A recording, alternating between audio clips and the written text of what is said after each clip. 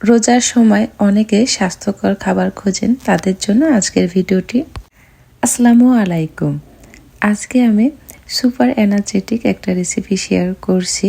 এটা বানাতে খুবই সহজ এবং অনেক স্বাস্থ্যকর। এটা যদি সেহরিতে একটা খান তাহলে সারাদিনে অনেক এনার্জি পাবেন, আর ইফতারিতে খাইলে আপনি সারাদিনে ক্লান্তি দূর হবে।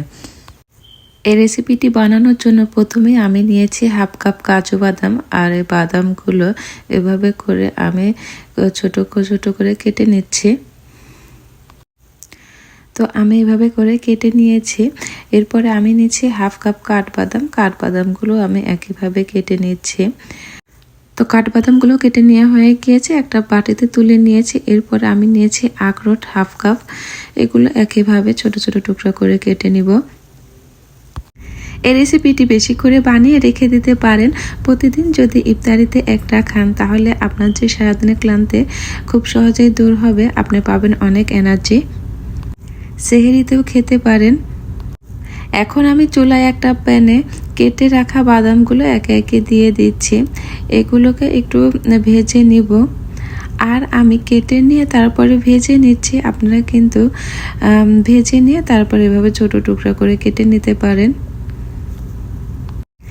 চুলার আঁচ মিডিয়ামে রেখে এই বাদামগুলো আমি 5-6 মিনিট ভেজে নিয়েছি। এগুলো কিন্তু ভাজা হয়ে গিয়েছে। এখন আমি চুলা থেকে নামিয়ে এগুলো ঠান্ডা করে নিব।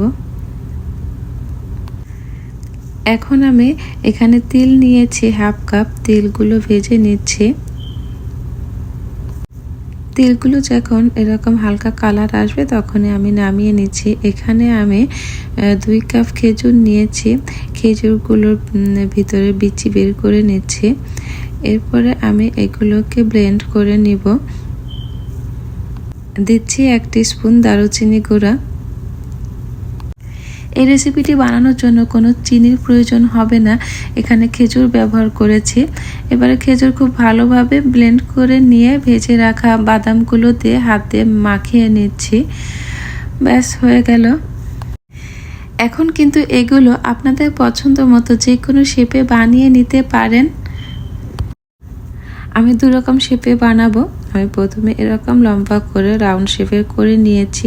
এরপরে এর গায়ে তেলগুলো লাগিয়ে নিব।